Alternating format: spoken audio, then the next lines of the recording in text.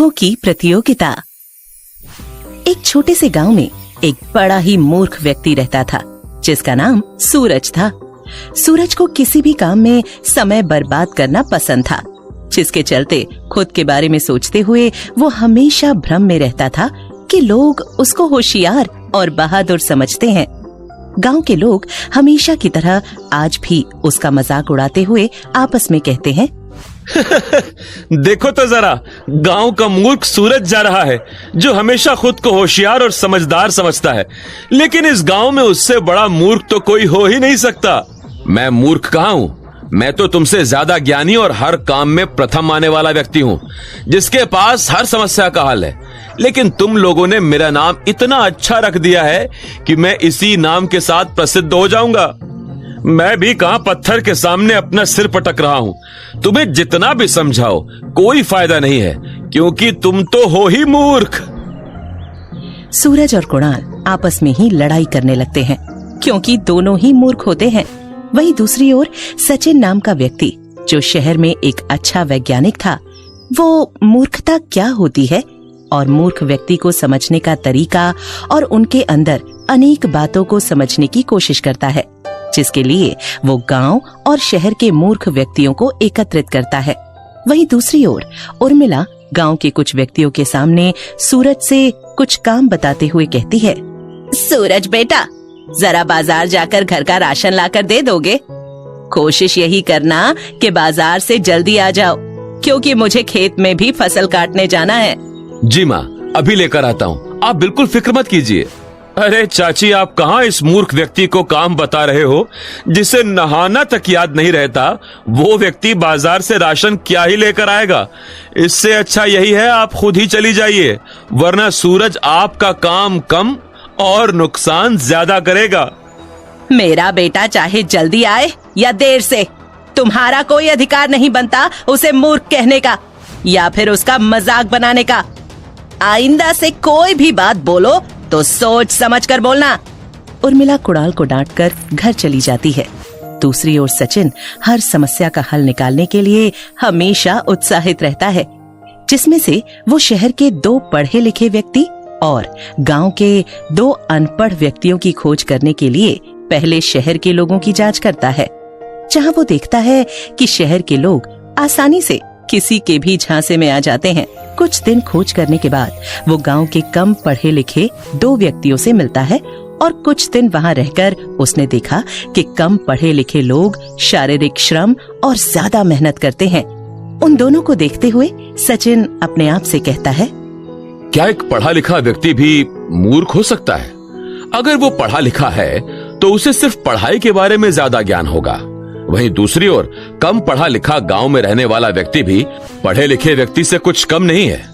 उसको भी गांव के बारे में और खेतों के बारे में अनेक चीजों की जानकारी है, और मुझे ये सब पता करने के लिए शहर और गांव के व्यक्तियों को बहुत करीब से जानना होगा।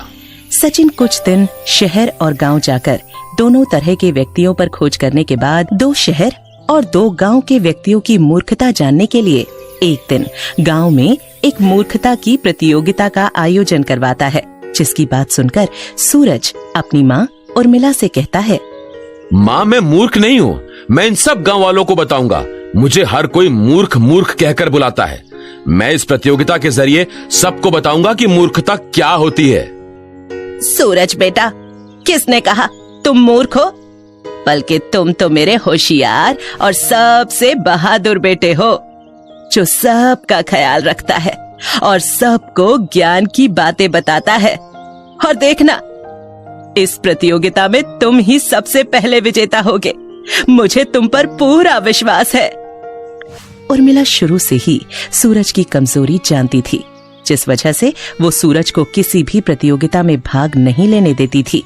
लेकिन इस बार उसकी जिद के चलते उसे हामी भरनी ही पड़ी और इस प्रतियोगिता में गांव और शहर के व्यक्तियों की मूर्खता जानने के लिए अनेक व्यक्ति आमंत्रित थे। प्रतियोगिता के दिन 4 व्यक्ति एकत्रित हो गए, जिसमें से सचिन सवाल की सूची में से पहला सवाल पूछता है। देखते हैं इस प्रतियोगिता में कौन होशियार है और कौन मूर्ख। ये तो प्रतियोगिता खत्म होने के बाद ही पता चलेगा। हम भी देखते हैं मूर्खता किस हद तक हो सकती है। तो तैयार हो जाइए मेरे सवालों के जवाब देने के लिए। पहला सवाल, दूध कैसे बनता है? सचिन के सवाल ने सबको हैरान कर दिया था, क्योंकि उसका सवाल ही ऐसा था जिसका छोटा बच्चा भी आसानी से जवाब दे सके। गांव के प्रतियोगी कुणाल ने कहा, दूध गाय से बनता है। गाय हमें शुद्ध और ताजा दूध देती है, जिसको पीकर हम सेहतमंद और तंदुरुस्त होते हैं।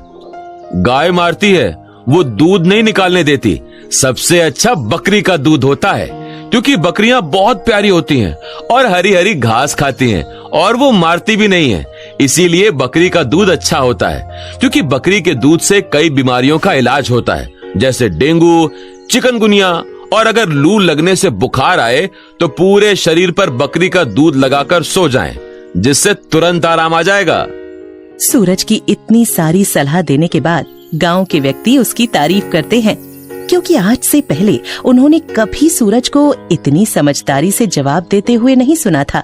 इसके बाद शहर का एक व्यक्ति उठा और अपना जवाब देते हुए बोला, दूध तो पौधों से बनता है। इन दोनों का कहना है कि दूध गाय बकरी देती है, तो मेरा जवाब यह है कि दूध पौधों से बनता है। मैं शहर का व्यक्ति हूं, इसीलिए मुझे सबसे ज्यादा ज्ञान है। इन गांव वालों की तरह मूर्ख नहीं हूं। आप सभी लोगों से समझदार और बहादुर व्यक्ति तो मैं ही हूं, क्योंकि मैंने इस गांव का नाम रोशन जो किया है। अब मुझे इनाम दिया जाएगा और हर जगह मेरी पहचान होगी। इस प्रतियोगिता के जरिए मैं शहर में हर जगह घूमने जाऊंगा और इन मूर्खों को ये अवसर प्राप्त नहीं होगा।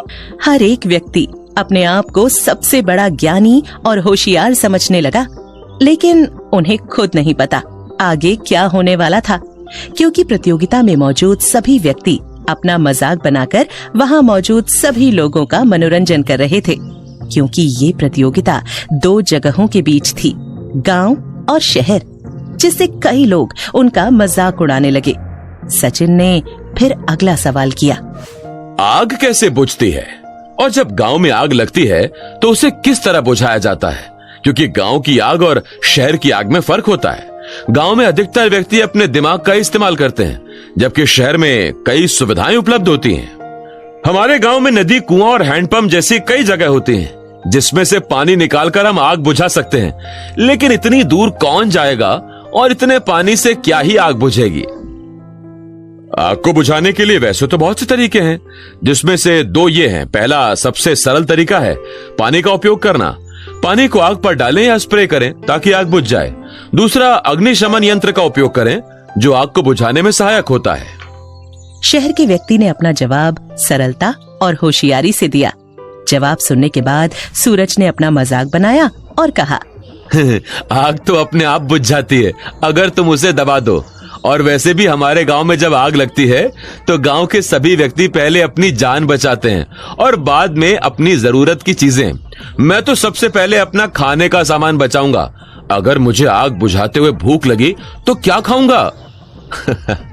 आखिरी सवाल, सड़क पर गाड़ी चलाने के नियमों का पालन कैसे और किन किन चीजों से करना चाहिए? साहब, हमें तो गाड़ी चलाना नहीं आता, लेकिन हम बैलगाड़ी बहुत अच्छे से चला लेते हैं और खेतों में फसल उगाने से लेकर काटने तक और खाना चूल्हे पर बनाने के लिए लकड़ियां और भी बहुत से काम हैं, जिन्हें हम खुद अपनी मेहनत और लगन से पूरा करते हैं। वहीं दूसरी ओर शहर का व्यक्ति गाड़ी चलाने के सभी नियम बताते हुए कहता है, हमें गाड़ी चलाते समय हेलमेट का इस्तेमाल करना चाहिए और सारे सिग्नल्स को फॉलो करना चाहिए। हमें हमेशा सावधानी से गाड़ी चलानी चाहिए और गति सीमा का पालन करना चाहिए। क्या मोटर गाड़ी में भी हमारी बैलगाड़ी की तरह 2 बैल लगते हैं जिससे मोटर गाड़ी चलती है? मूर्ख व्यक्ति, जैसा तुम सोच रहे हो वैसा बिल्कुल भी नहीं होता, बल्कि बैलगाड़ी बहुत धीमी चलती है और मोटर गाड़ी बहुत ज्यादा रफ्तार में। तुम मूर्ख थे और मूर्ख ही रहोगे। तुम्हें कोई चीज का ज्ञान नहीं है। प्रतियोगिता के अंत में सूरज का मजाक उड़ाया गया, लेकिन उसने अपनी मूर्खता का मजाक बनाकर दूसरों को हंसाया और खुद का भी मनोरंजन किया। वहीं दूसरी ओर सचिन ने दोनों व्यक्तियों की समझदारी और मूर्खता की प्रतियोगिता को समाप्त किया और सही परिणाम बताने के लिए कुछ समय मांगा, जिसमें उर्मिला सचिन के पास आकर उससे कहती है, साहब, आप ज्ञानी लोग हो और हम अनपढ़। मेरा बेटा सूरज बहुत समझदार और दयालु है। वो मन में कोई भेदभाव नहीं रखता। लेकिन गांव के लोगों ने उसे मूर्ख कहना शुरू कर दिया, क्योंकि वो सबकी उदासी को हंसी में बदल देता है। माता जी, आप बिल्कुल भी फिक्र मत कीजिए। इस प्रतियोगिता में अपने सवालों के सही जवाब देने के बाद ही कोई विजेता होगा। वैसे आपने सही कहा, सूरज बहुत टैलेंटेड लड़का है और वो दूसरों की उदासी को दूर करने के लिए खुद उनके सामने मूर्ख बन जाता है। सूरज हमेशा भ्रम में रहता है कि लोग उसे अधिक से अधिक पसंद करते हैं, लेकिन कई लोग उसे मूर्ख व्यक्ति कहकर बुलाते हैं, जिसे मैं बिल्कुल भी सहन नहीं कर पाती। और भगवान से यही प्रार्थना करती हूँ कि उसमें जल्दी से जल्दी दिमाग आए और वो इस मूर्खता को जल्दी खत्म करे। एक माँ का दिल अपने बच्चों के खिलाफ कुछ गलत नहीं सुन सकता। उर्मिला की बात सुनने के बाद सचिन को ये समझ तो आ गया था कि हर व्यक्ति में मूर्खता होती है, लेकिन मूर्खता का होना किसी की कमजोरी नहीं, बल्कि उसका दिमाग और हर काम करने का तौर तरीका अलग होता है।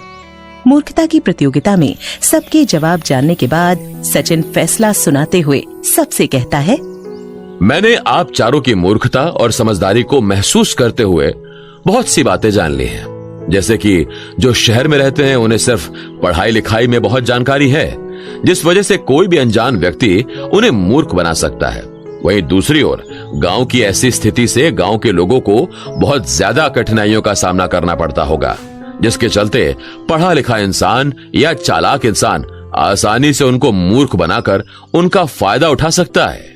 सबसे अच्छा हमारा गांव है, क्योंकि हमारे गांव में सबको प्रेम और मान सम्मान दिया जाता है, ना कि उनके साथ छल कपट किया जाता है। क्योंकि हमारे गांव की यही रीत है कि कोई भी व्यक्ति मेहमान बनकर आया है तो उसकी देखभाल बहुत अच्छे से होनी चाहिए। सही कहा। इस प्रतियोगिता में कोई भी जीते, हमें उससे कोई फर्क नहीं पड़ता, लेकिन हमने शहर में होने वाली सभी अच्छी चीजों की जानकारी ली और उन्हें समझाने की कोशिश की।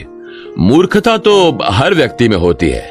कोई व्यक्ति जानबूझकर मूर्ख बनता है तो कोई दिमाग की कमजोरी से मूर्ख बनता है।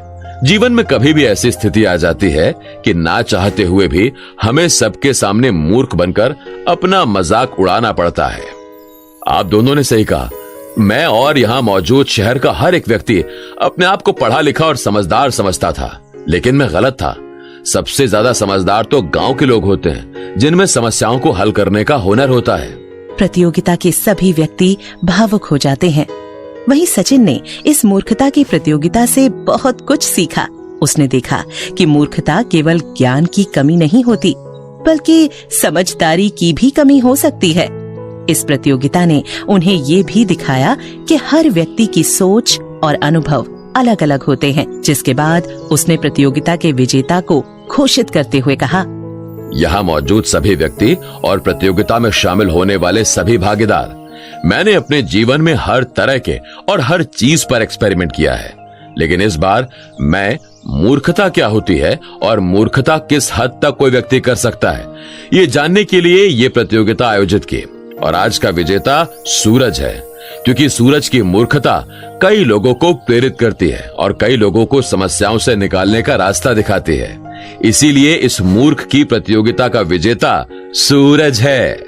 आपका बहुत धन्यवाद साहब जी, जो आपने मुझ जैसे मूर्ख इंसान को इस सम्मान के काबिल समझा और इस गांव के हर एक व्यक्ति का मुंह बंद कर दिया जो मुझे मूर्ख समझते थे। किसी को समझने के लिए उनकी परिस्थितियों और अनुभवों को महत्वपूर्ण रूप से ध्यान में रखना चाहिए। सचिन ने गांव और शहर के व्यक्तियों के बीच के अंतर को भी समझा। हर किसी का अपना महत्व है और हर किसी की अपनी जगह है। सचिन ने इस अनुभव से ये भी सीखा कि हमें दूसरों को मूर्ख नहीं मानना चाहिए, बल्कि उनके साथ समझदारी से बातचीत करनी चाहिए। ये भी बताया कि मूर्खता न केवल ज्ञान की कमी को दर्शाती है, बल्कि भेदभाव और समझ की कमी को भी दर्शाती है। सीख। इस कहानी से हमें ये सीख मिलती है कि हर व्यक्ति अपने ज्ञान के मुताबिक समझदार होता है। जैसे हमने देखा कि सूरज ने अपनी मूर्खता का मजाक बनाकर दूसरों को भी अच्छा महसूस कराया और अपनी समझदारी की बातों से प्रतियोगिता में प्रथम स्थान भी प्राप्त किया।